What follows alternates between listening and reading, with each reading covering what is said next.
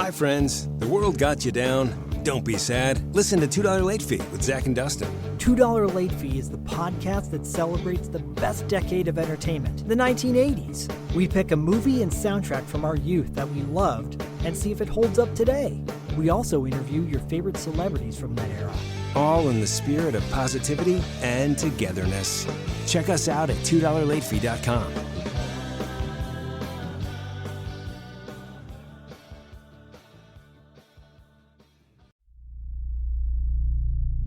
In the darkest corners of the internet, a nameless, formless entity has been growing. No one dares question where it was created or what it wants, but those who have been entranced by its musings chant its blood-curdling name in unison. Horror Movie Night! Find Horror Movie Night on your favorite podcasting app or at hmnpodcast.com.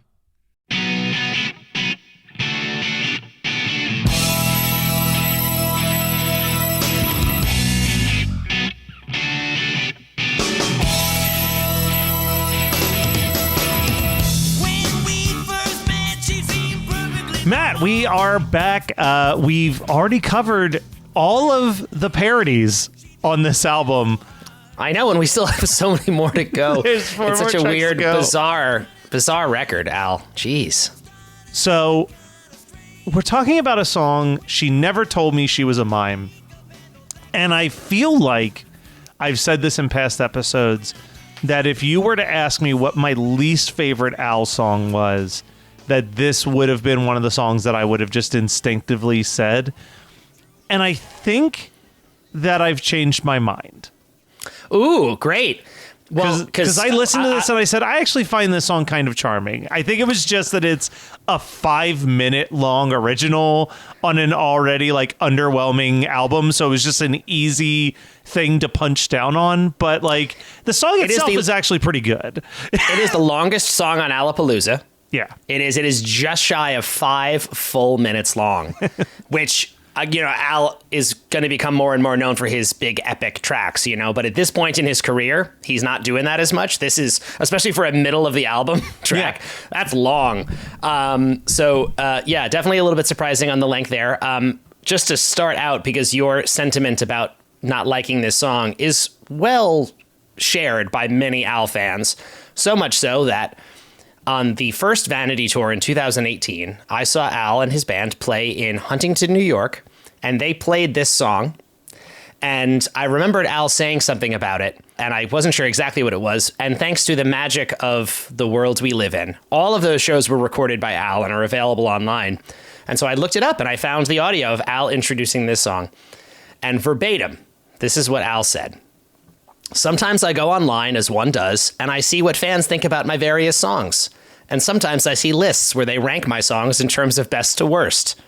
This next song is almost always at or near the bottom. We hope you enjoy. And then they played She Never Told Me She Was a Mime. So, first of all, love that Al's paying attention to people who are ranking his songs. Yeah. Shout out to Al. Come Hello, on our Al. show. Thank you for listening to our show. And maybe Al will appreciate, because it sounds like we're both about to come out here and defend this song. Yeah. Now, listen, let me give a slight spoiler. This bad boy isn't breaking like my top 10 original Al songs by any stretch of the imagination. It's not his best original. I mean, that's a high bar. Yeah, but it's also not going to be in my bottom 10 originals. Like, I think that this is a perfectly fine song, and I feel like this is one of the songs that is always just listed as original. It doesn't say like a style parody. It's just looked at in the same vein. I think we talked about it as Stuck in a Closet with Vanna White. This is just Al doing generic We definitely rock. referenced this song when we talked about Stuck in a Closet, because this has a very similar DNA to it. Yeah, there are two sides of the same coin. But there was two things that I thought. Well, first, the opening guitar riff, I thought this feels like it's a reference to something. But then the more I thought about it, I actually think that the Dandy Warhols stole this opening riff for the beginning of Bohemian Like You. Ooh. All right, wait a minute. Yeah, Stop pull it everything. I'm just going to really quickly listen to that, because I haven't heard that song in a minute. All right.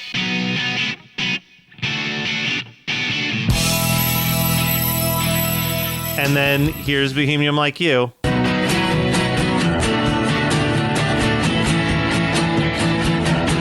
Yep. But I'm also realizing that it sounds a little bit like this. 1, 2.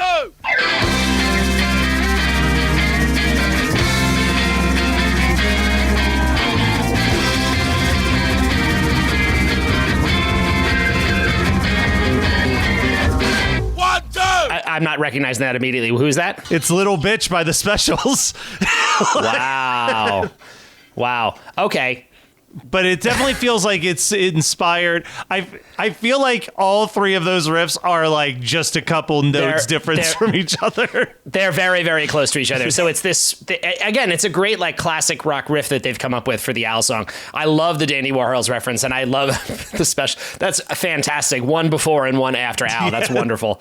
Yeah, he's sandwiched in the middle. But he's right in the middle. I would never say, oh, this is a Specials style parody. No, obviously not. I'm about to throw something out there. Do it. We've talked about how this album is weird in many ways. And one of the ways that it's weird is that you are of the opinion that there are two Peter Gabriel style parodies on this. That Talk Soup and Waffle King are both style parodies. Yes. I am of the opinion that Al follows his Aerosmith song parody with a style parody of late 70s, early 80s Aerosmith. With the horns and everything, it's Dude What Looks Like a Lady and Ragdoll and like all of those like arena anthem, big horn section Aerosmith songs. There was something I found, somebody online who referenced that they thought this was Aerosmith adjacent again, especially that 70s, the slightly later Aerosmith where they have those big horn parts and they're doing these big anthemic things. I can sort of hear that. The other reference that I felt like at one point in my life I saw this written online, but now for this I actually couldn't find it so much anymore, so maybe this was just gossipy. But I also feel like this sounds a lot to me like Kiss. I could hear that too. I could hear that 100%. The vocal style, the very like bass heavy, the riff, like the verses of this song that have that sort of like stomp swagger to them with the bass being really prominent. Yeah. That really reminds me of Kiss. And the chorus reminds me of a Kiss hook, even though Kiss wouldn't do a horn section. I can't think of any Kiss songs that have like a brass part like that. So it's probably, I mean, again, really it's probably a hybrid of a few different sort of like glam rock. Yeah, definitely arena that are glam together here. Yeah. No, he's but I think it's interesting again because we talk about how much this album feels like it is being pulled from a lot of the same pop culture references to a certain extent. Bohemian Polka ends this album and it's a reference to Wayne's World, which, as we know, originally I Was Only Kidding was supposed to be on this album, but got moved to Off the Deep End because of a Wayne's World related joke. Yeah, sort of. You're backwards. He pushed Waffle King later. Yes, to that's make what I room mean. for That's what I Was Only Kidding. Yeah, I Was Only Kidding was going to be on this album. He shifted it forward to Off the Deep End because he was afraid that the Wayne's World joke would feel dated by the time this came out. But now this one, you have the Bohemian Polka thing, which is fully because of the movie Wayne's World. I know. Wayne's World was still riding high. There was no actual worry. Of course, early Al didn't know that. We couldn't have known how Wayne's World would have held up. It turned out it held up just fine. But I can't help but think another reason why in my brain I'm like, I think that this is pulling from early Aerosmith is because by this point, Mrs. Doubtfire and Wayne's World 2 would have both come out that predominantly has the song Dude Looks Like a Lady in those films. So it kind of feels like it's not insane to suggest that Al was like, maybe not directly, but indirectly thinking about that like, like, sure. Like, yeah, because it's not It's also that far documented somewhere. I saw that he's on lists of his favorite artists just as a music listener. Yeah. And he ranks Aerosmith very high. I remember seeing a list of his favorite acts, and Aerosmith, he was like from when he was a kid.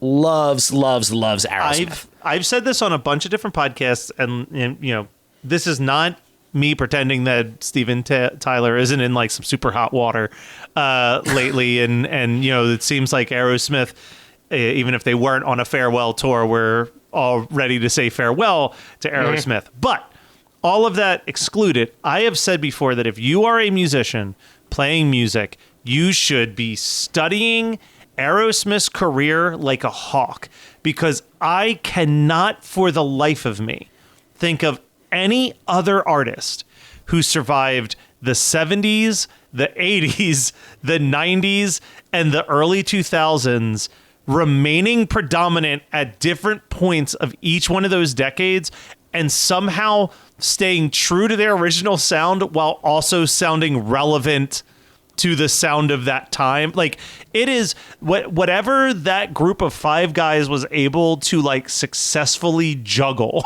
for 40 years is nothing short of impressive. The only other act I would say even comes close is like maybe U2, but they came later. Like they didn't really, they technically were formed in the 70s, but they really started as an 80s band. And I think that even U2, like they pulled it off in the 80s and 90s, but I think once the 2000s came, they also started to really have a hard time stabilizing that. Kind of, although they did have, like Aerosmith, they did their like, you know, it was a little bit later, but Vertigo, and they had a handful of like big hits in the mid 2000s, which I think was really against all odds for them at that point in time. Yeah, I think I said this on a different podcast recently, but I think that if U2 had hung it up right after All That You Leave Behind, they would just be like one of these groups that we look at as having almost a flawless catalog.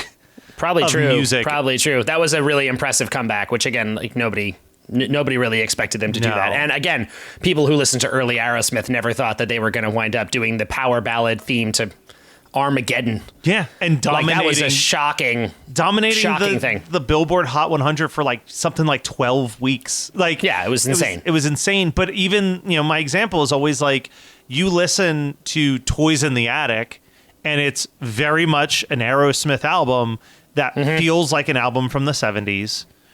And then you put on Get a Grip, and it very much feels like an Aerosmith album, but it feels undeniably 90s at the exact same time. Like their ability to like chameleon their way into the different decades is kind of masterful. U2, I think, is slightly different because I think you listen to Joshua Tree and you hear a lot of the sounds of what the grunge and alternative music was inspired by. Right. Like, I think they kind of had a roundabout way into the 90s through that because like Bullet the Blue Sky on that album, that every time I listen, I'm like, this is a grunge song. This is like a prototypical early grunge song with this heavy, crazy bass line going throughout the song and the whispering. I mean, I'm excited. We're going to approach Al doing a parody of a really random U2 track, which is from that time period for them, and I'm very excited to do it because you're right. U2 managed to kind of stick to their original formula pretty successfully for a long time. Aerosmith, you're absolutely right. It is much harder. They have like both kept a sound while adapting to the times. That's extremely difficult to do. And then I was pushing back a little bit for a minute there, but I'm going to agree with you and say I can't think of another act who's done it quite like Aerosmith. Yeah. Hi, friends. The world got you down. Don't be sad. Listen to $2 Late Fee with Zach and Dustin. $2 Late Fee is the podcast that celebrates the best decade of entertainment, the 1980s. We pick a movie and soundtrack from our youth that we loved and see if it holds up today. We also interview your favorite celebrities from that era. All in the spirit of positivity and togetherness. Check us out at $2latefee.com.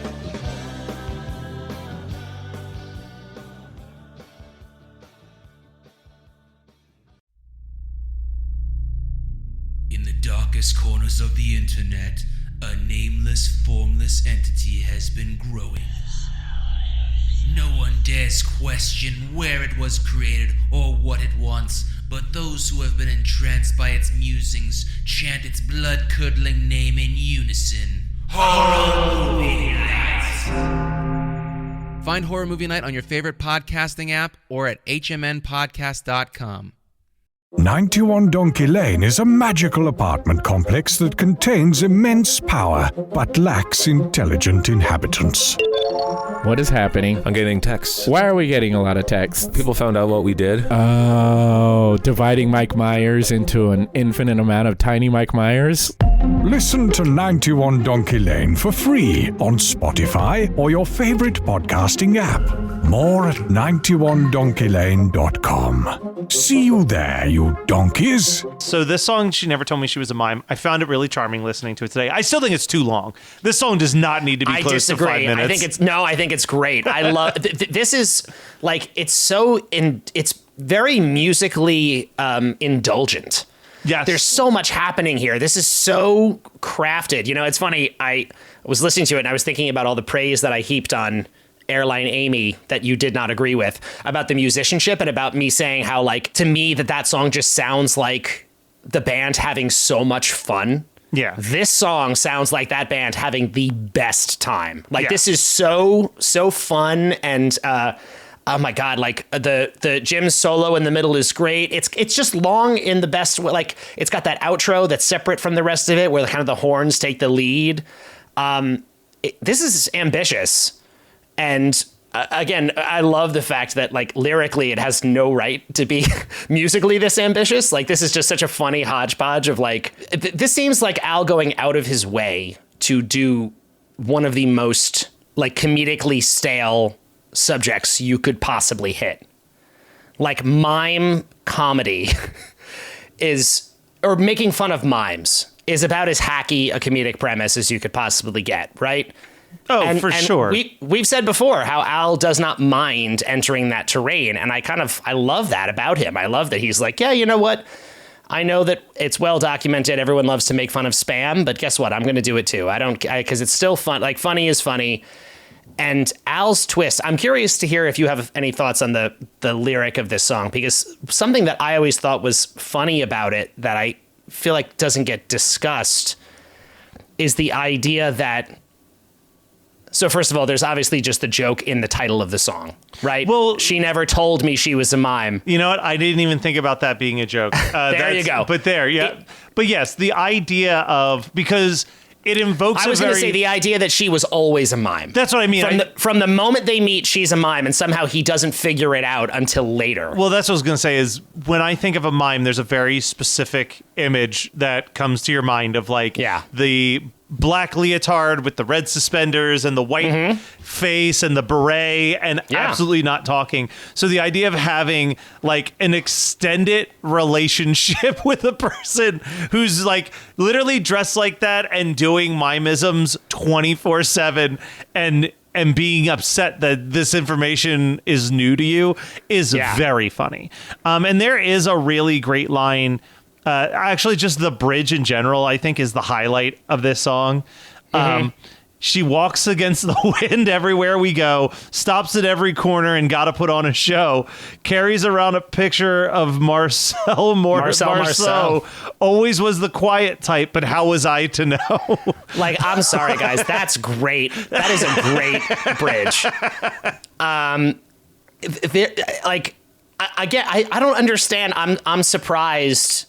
I feel like we're going to have people who are listening to this episode who are thinking right now that they remember not liking this song. Yep. I'm going to really encourage people to give this a fresh listen with fresh ears and come back to it with just a sense of openness and see how you feel, because I think this song is very unfairly maligned. I'm going to throw out a theory on what happens, though. This is track 9 in a very underwhelming album. So I think the placement is tough, yeah. I think that by the time you get to track 9 on an album that probably isn't hitting the home runs you expect from an Al release, and it's 5 minutes long. Yes. You're just like it's just a perfect storm of being like, fuck this song, I'm moving on. You know what I mean? Like, you just get and then you're rewarded with a 20-second song immediately after it. You know what I mean? Like, I think that it makes more sense to me if this and Young, Dumb, and Ugly were swapped. I was just going to say that, Matt. Yeah. I was just going to say, this should be track 2. This should follow Jurassic Park, and Young, Dumb, and Ugly should come later in the record down here. Yeah. I totally agree with you. I think that if that happened, people would have a better response to this song. Yeah. Because it's fun, it's catchy, it's upbeat.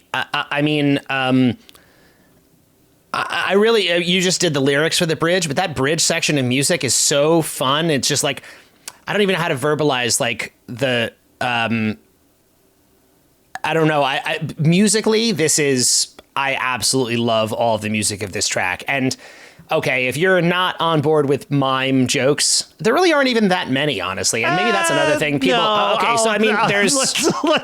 let's not say things that aren't true, because Well, no. It's not like. Okay, go ahead. It's not mime jokes in the sense of him punching down on mimes, but almost every single lyric is a reference to miming after he gets to the first chorus. Because, like, all right, let's go verse by. There's only 2 verses. A bridge and the chorus repeated 3 times. And the chorus out, yeah. But so we'll just go through all of it. When we first met, she seemed perfectly normal. Never dreamed she'd make my life so hard. You see, my baby, she started to change. Started looking kind of strange, wearing all that white makeup and those black leotards. Well, I guess she kept her secret pretty well. But ever since I learned the horrible truth, my life has been a living hell. That's right. You see, she never told me she was a mime. Acting like she's trapped inside that big glass box all the time. Like, it's great. Like, he's making mime references all over this thing. Oh, yeah. I mean, I think the point I was trying to make, and I said poorly, was that the joke is the joke is on him. Oh, yeah. Oh, that's the funny thing about the character of this song, is that the mime person is just like doing their thing that they do. And all of the comedy is that this moron somehow didn't realize, like, again, how is it possible that he did not figure this out? I want to ask you a weird question. And I don't think I know the answer to this. I don't think I've ruminated on this for a long time, but we're basically the same age, give or take a few months. Mm-hmm. What? Do you remember the first time you were even aware that mime was a thing? Like, this may have been pretty early on me even knowing what a mime... I think that when I was young listening to this song, there's a chance I didn't know what a mime was. It's a good question. Because it feels like... I can't think of an immediate example, but I feel like I must have seen it in some cartoon or something I was watching. I was going to say, I feel like really Animaniacs brought in mimes constantly. Animaniacs... I have this distant memory of, like, maybe, like, Rocko's Modern Life had it as a gag. It was just such a common thing to make fun of. I think the first time I ever saw a human mime, because I agree, I think it showed up in cartoons a lot, and boy, the cartoons punch down on the mimes a lot harder than Al does at all in this song. Exactly. But, yeah. Do you remember the movie Suburban Commando starring Hulk Hogan? I don't know. No, I don't know that movie. Okay. Because I know you like some trash. Oh, I do. I'm.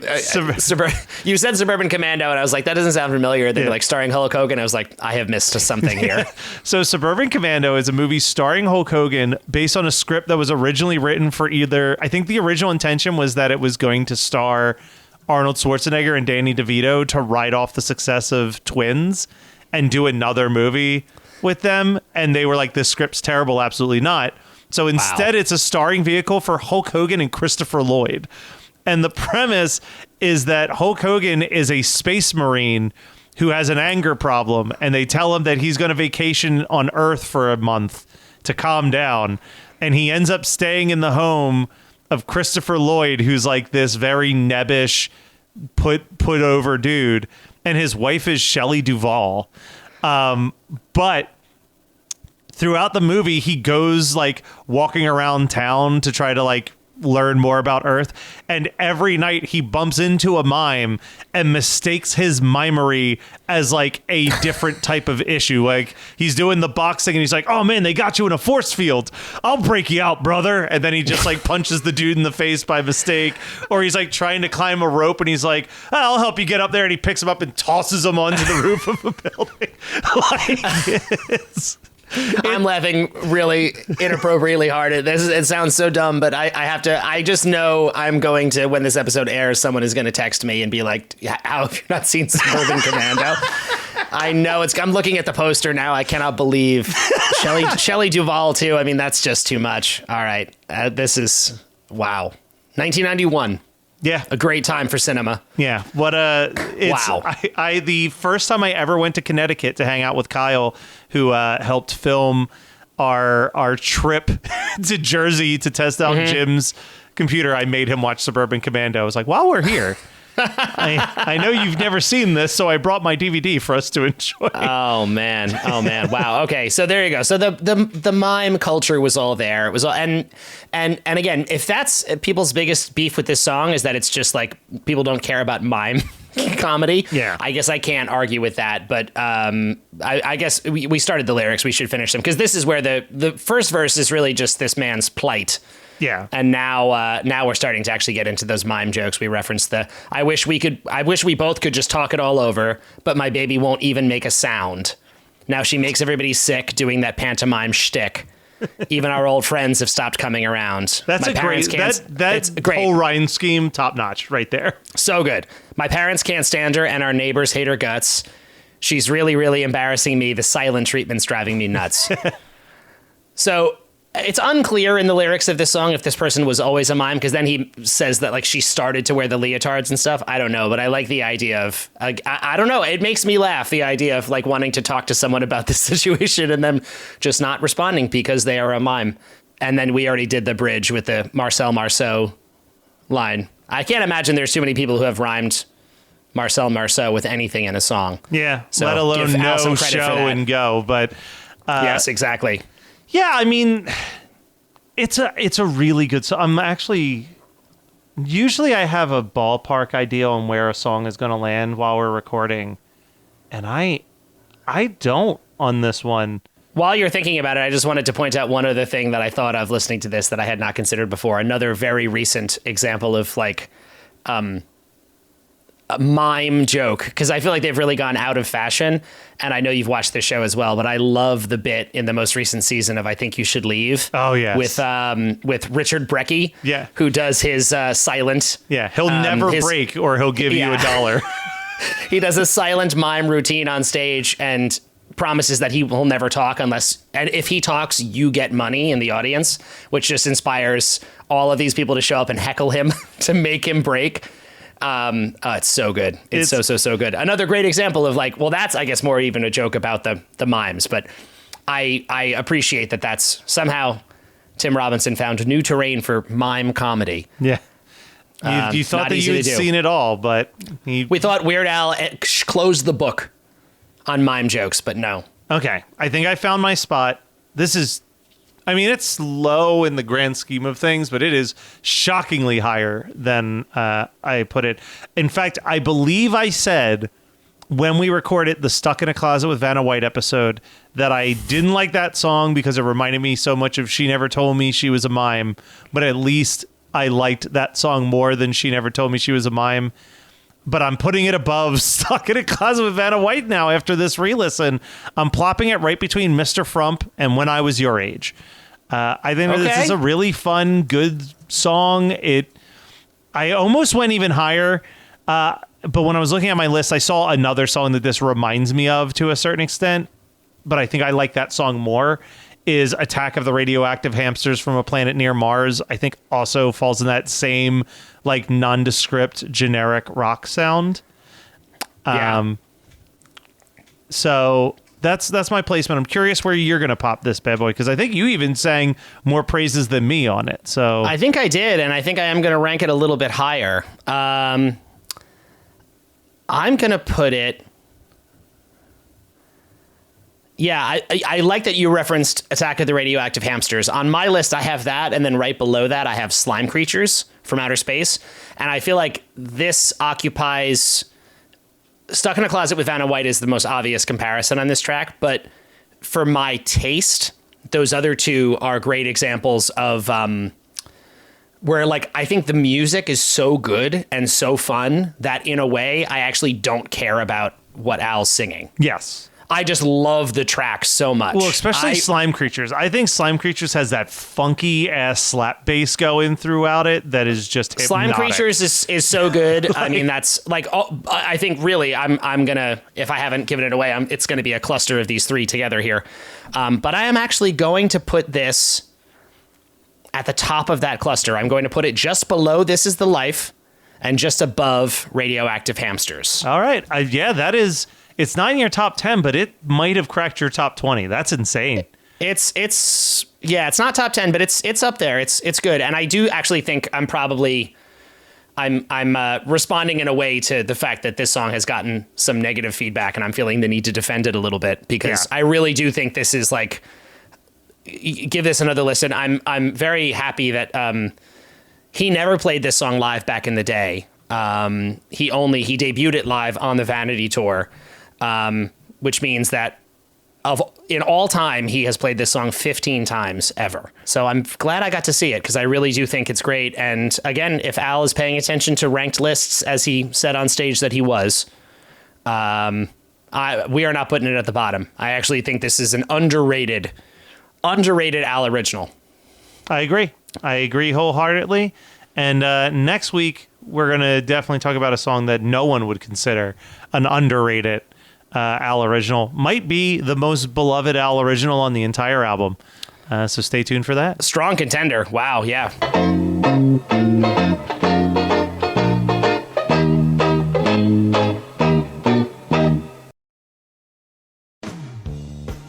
Hi, friends. The world got you down. Don't be sad. Listen to $2 Late Fee with Zach and Dustin. $2 Late Fee is the podcast that celebrates the best decade of entertainment, the 1980s. We pick a movie and soundtrack from our youth that we loved and see if it holds up today.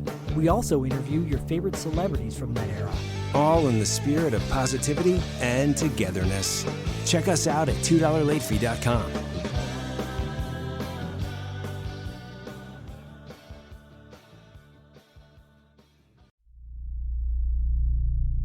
In the darkest corners of the internet, a nameless, formless entity has been growing. No one dares question where it was created or what it wants, but those who have been entranced by its musings chant its blood-curdling name in unison. Horror Movie Night! Find Horror Movie Night on your favorite podcasting app or at hmnpodcast.com.